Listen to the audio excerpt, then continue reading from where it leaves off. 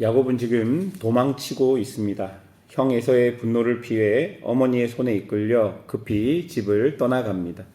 손에 쥔 것은 아무것도 없습니다. 지팡이 하나뿐이었을 것입니다. 해가 기울고 어둠이 내리앉자 야곱은 광야 어딘가에 걸음을 멈춥니다. 그리고 땅바닥에 돌멩이를 하나 주워서 베개로 삼아 누웠습니다.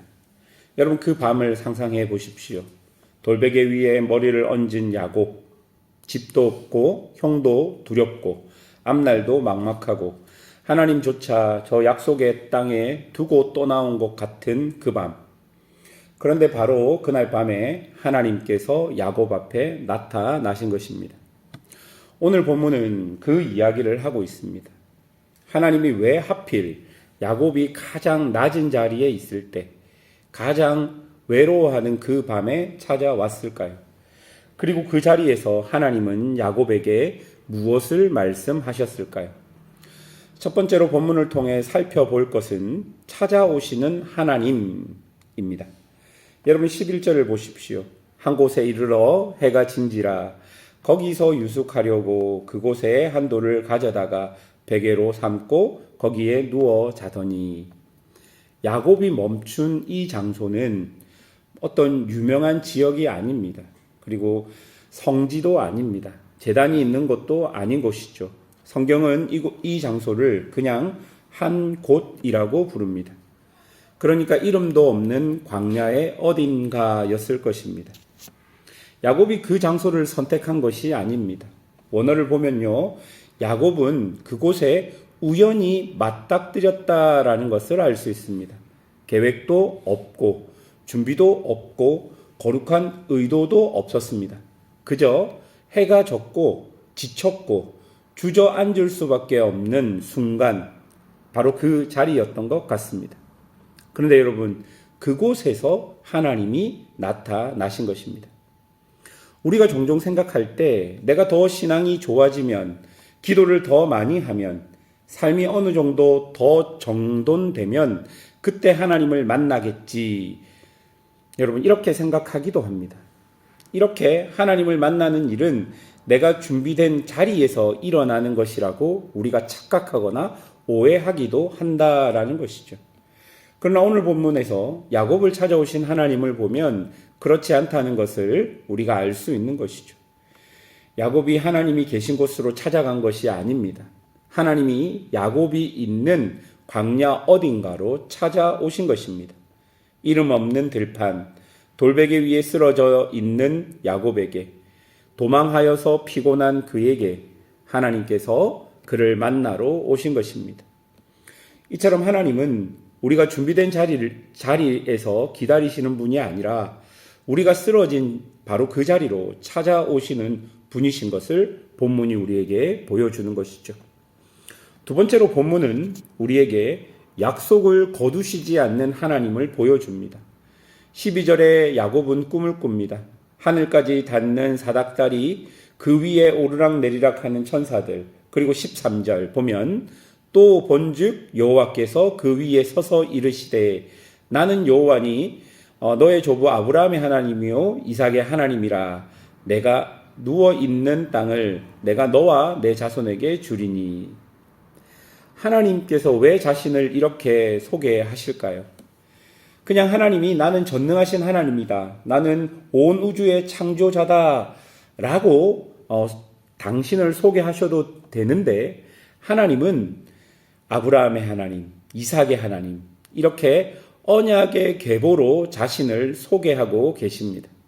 이것은 야곱에게 지금 하나님께서 나는 내 집안과 언약을 맺었던 그 하나님이다. 그리고 그 언약은 지금도 살아있다라고 말씀하고 계시는 것이죠.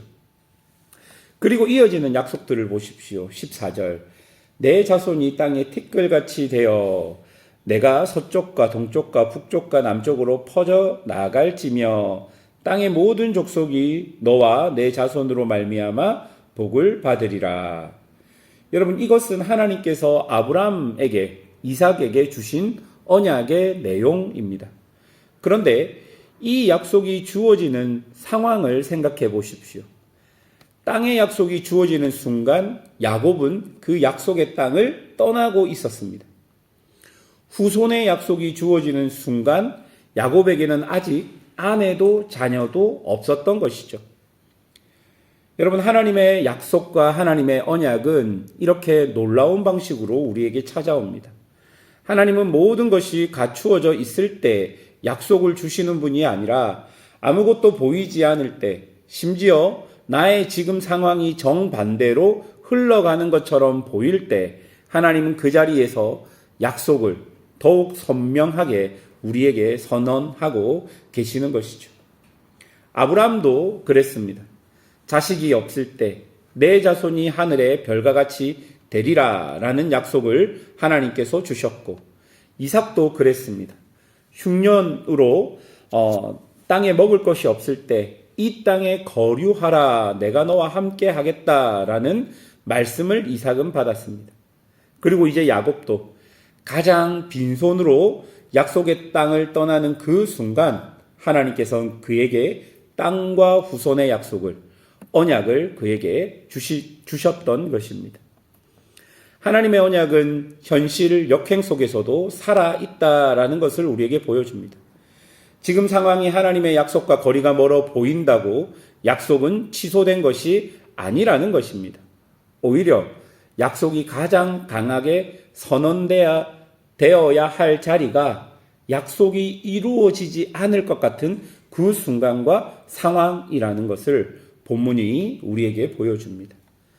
세 번째로 본문이 우리에게 보여주는 것은 약속을 이루시는 하나님을 보여줍니다. 본문 전체의 핵심이 15절에 있습니다. 15절을 보시면 내가 너와 함께 있어 내가 어디로 가든지 너를 지키며 너를 이끌어 이 땅으로 돌아오게 할지라. 내가 내게 허락한 것을 다 이루기까지 너를 떠나지 아니하리라 하신지라. 여러분, 여기서 중요한 단어는 돌아오게 할지라 라는 단어입니다. 이 동사의 히브리어 형태를 보면 단순히 돌아오다 라는 의미가 아니라 내가 너를 반드시 돌아오도록 만들겠다. 하나님의 의지가 그 안에 이렇게 담겨져 있는 단어인 것이죠.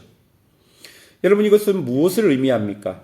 야곱의 기한은 야곱의 의지에 달린 것이 아니라는 것.